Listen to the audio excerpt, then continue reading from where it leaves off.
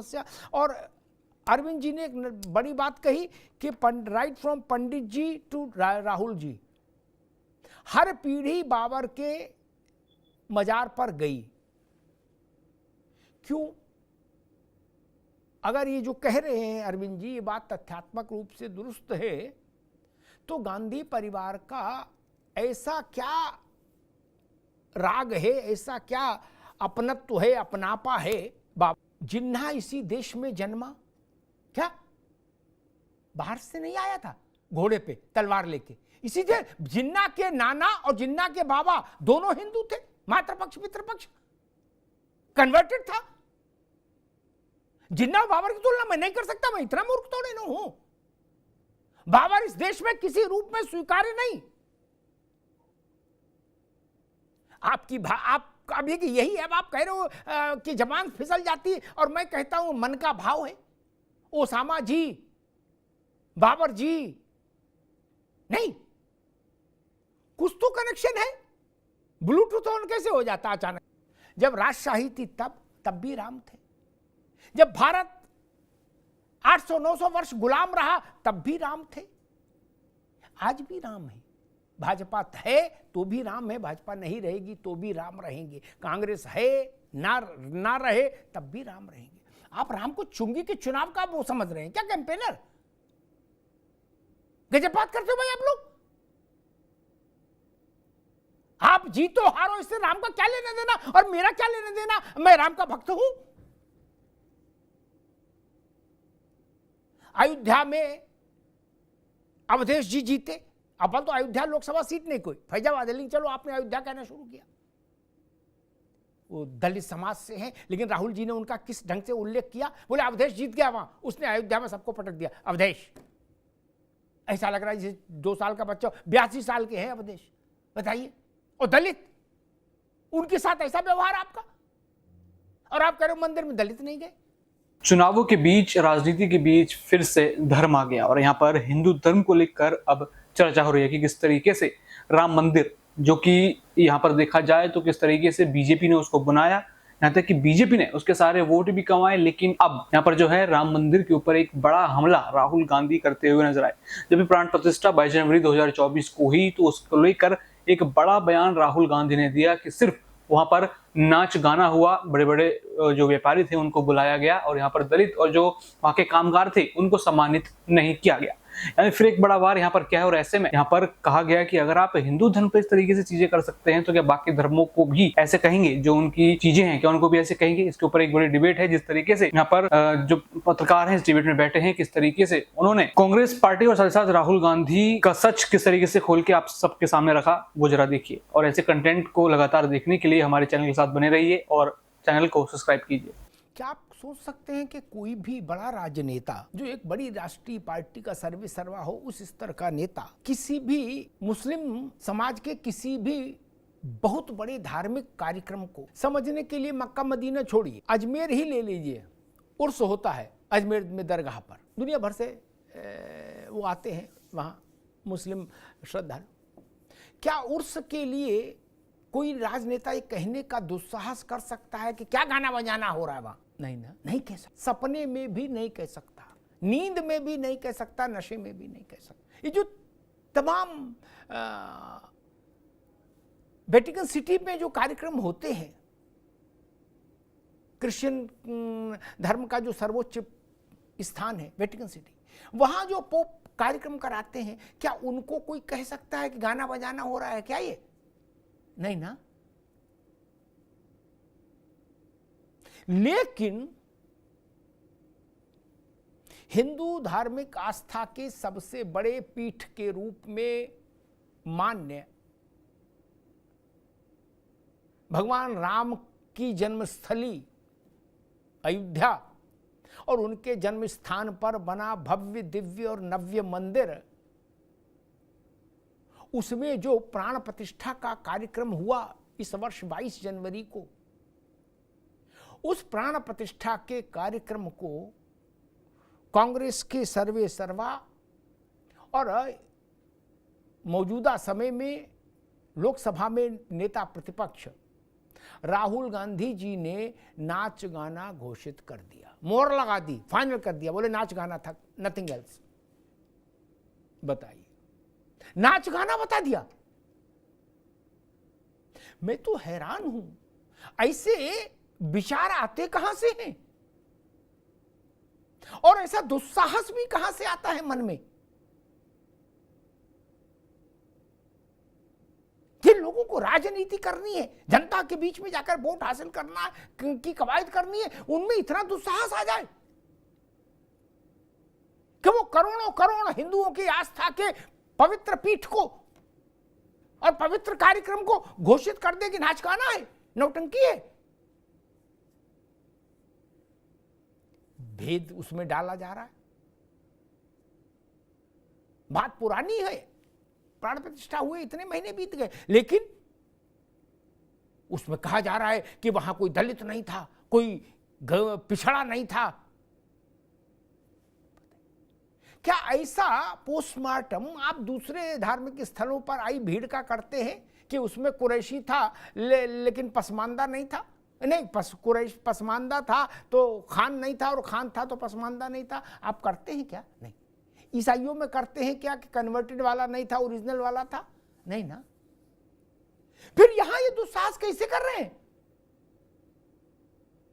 और क्या कोई जान सकता है? कैसे जान लेंगे भाई? आपके पास कौन सा यंत्र है कि आप ये जान गए कि अयोध्या में कोई दलित नहीं है, कोई पिछड़ा नहीं है, कोई आदिवासी नहीं गया? अयोध्या आज से नहीं, सैकड़ों हजारों साल से, छठी शताब्दी और 7वीं शताब्दी के जो विदेशी यात्री आए, उन्होंने अयोध्या को लेकर जो लिखा, राहुल जी उसको पढ़ लेते तो ऐसी बात नहीं कहते। उन्होंने लिखा है कि कैसे भारत का गरीब आस्थावान हिंदू अयोध्या में आके राम चौतरा पर सिर पटकता है, वहां की मिट्टी अपने माथे पर लगाता है। वहां कोई भेद है क्या? सबके राम और सब में राम। राहुल जी ने कह दिया कि वहां दलित नहीं थे, पिछड़े नहीं थे और आदिवासी नहीं थे। बताइए, ये करोड़ों लोग जो अब तक रामलला के नूतन विग्रह का दर्शन कर आए, इसमें दलित, पिछड़ा और आदिवासी नहीं गया तो ये करोड़ों की संख्या कैसे हो गई? इसके बाद तो बचते ही बहुत कम है। फिर ये 8 करोड़, 7 करोड़, 6 करोड़ जो लोग वहां दर्शन कर आए 22 जनवरी से अब तक, वो कहां से आए हैं? आकाश से प्रकट हुए हैं? वो इसी भारतीय हिंदू समाज से आए हैं। सर पर पोटली रख के अयोध्या की ओर प्रयाण करने वाला दलित भी है, पिछड़ा भी है, आदिवासी भी है, सवर्ण भी है। और वहां जब अयोध्या जी में आदमी प्रवेश करता है तो वो दलित, पिछड़ा, आदिवासी, गिरिवासी, वनवासी, ब्राह्मण, ठाकुर के भाव में नहीं करता। वो केवल इस भाव से वहां प्रवेश करता है कि मेरे राम और मैं राम का। उसको राजनीति की चौसर पर मत ले जाके खड़ा करिए उस भक्त को, उस श्रद्धालु को, जिसकी आंख से आंसू निकलने लगता है जब वो रामलला के विग्रह को देखता है। ऐसे दृश्य आए हैं। वहां कोई किसी से पूछ रहा है कि कौन जात हो? नहीं। किसी मंदिर में कोई पूछ रहा है कौन जात हो? नहीं। आप वांके बिहारी जाएं, काशी विश्वनाथ जाएं, संकट मोचन जाएं, वैष्णो देवी जाएं, अयोध्या जाएं, कहीं जाएं, आपकी बगल में कौन, इस दाएं कौन खड़ा है और बाएं कौन खड़ा है, आगे कौन खड़ा है और पीछे कौन खड़ा है, वो किस जाति का है, आपको पता होता है? नहीं। आप पूछते हैं? नहीं। आपकी कोई रुचि है? नहीं। फिर ये राजनेता ऐसी हिमाकत कैसे करते हैं? ये कहने का ऐसा प्रयोग अगर आपको करने का साहस है तो फिर दुनिया के और बड़े धर्म हैं, एक बार उन पर भी कुछ नजर इनायत हो। अरविंद जी, देखिए, इनको इस तरह से बोलने की हिम्मत इसलिए पड़ती है कि इनको लगता है हिंदू समाज जरूरत से ज्यादा सहनशील है, सहिष्णु है, और इनको ये भी लगता है कि हिंदुओं को गाली देंगे, हिंदुओं को कोसेंगे तो मुस्लिम वोट इंटैक्ट होगा और हिंदू एक नहीं होगा। लेकिन मैं एक दूसरी बात कहना चाहता हूं अमिताभ जी, आप बताइए, जो परिवार और जो नेता बाबरवादी हो, बाबर का भक्त हो, जिस परिवार की श्रद्धा बाबर में हो, क्या उस परिवार से अपेक्षा की जाएगी कि वो राम के प्रशंसा में या राम लला का की जो स्थापना हुई और भव्य मंदिर बना उसके प्राण प्रतिष्ठा की प्रशंसा करेगा? मुझे लगता है कदापि नहीं करेगा। और जब मैं आरोप लगाता हूं तो तथ्य और प्रमाण के साथ लगाता हूं। मैं 4 तिथि बता रहा हूं।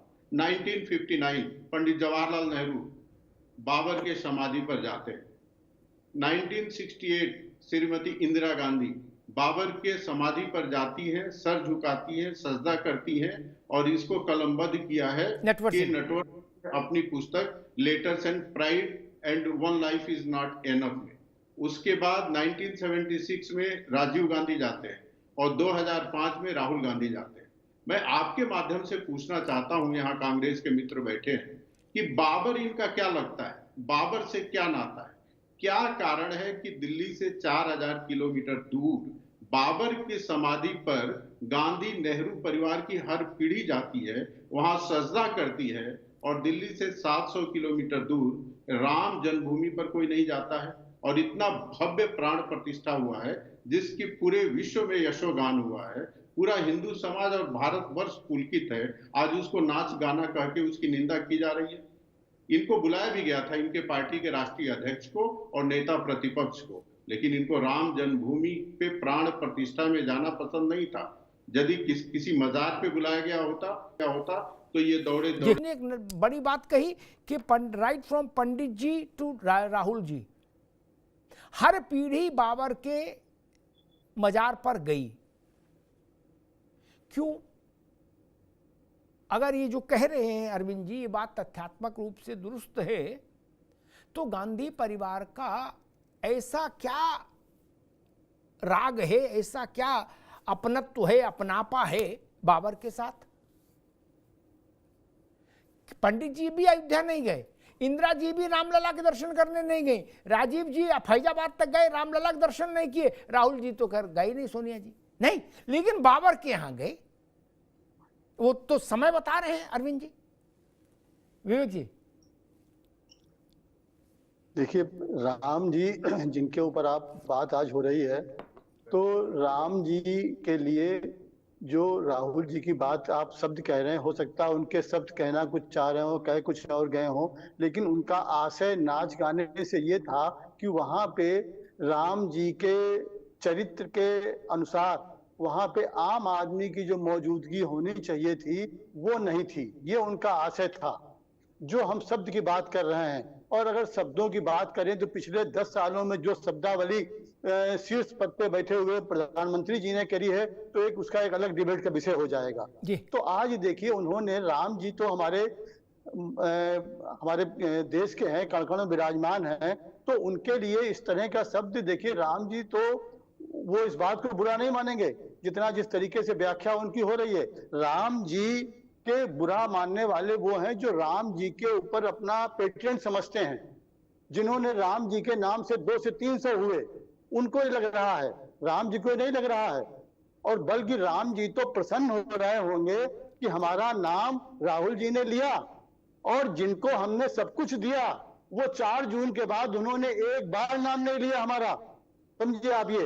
तो राम जी तो आज देखिए, राम जी अगर इनसे इतने प्रसन्न होते तो आज राम जी से जुड़ी हुई 9 सीटें। विवेक भाई एक मिनट नहीं, एक बता रहे हैं, फिर आप कहिएगा। एक मिनट भैया, एक मिनट महाराज, एक मिनट नहीं, आप फिर अपनी बात कंप्लीट करिएगा, पूरा समय देंगे। एक बात सुन लीजिए, मसला ये बहस का है ही नहीं और कभी हो भी नहीं सकता कि राम जी को बुरा लगा कि अच्छा लगा।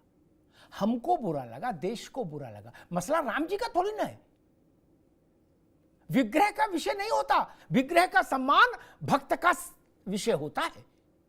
भक्त की जिम्मेदारी होती है कि विग्रह की पवित्रता रहे, उसका सम्मान रहे। मित्र, क्या राम जी आके मुकदमा करेंगे राहुल जी के खिलाफ?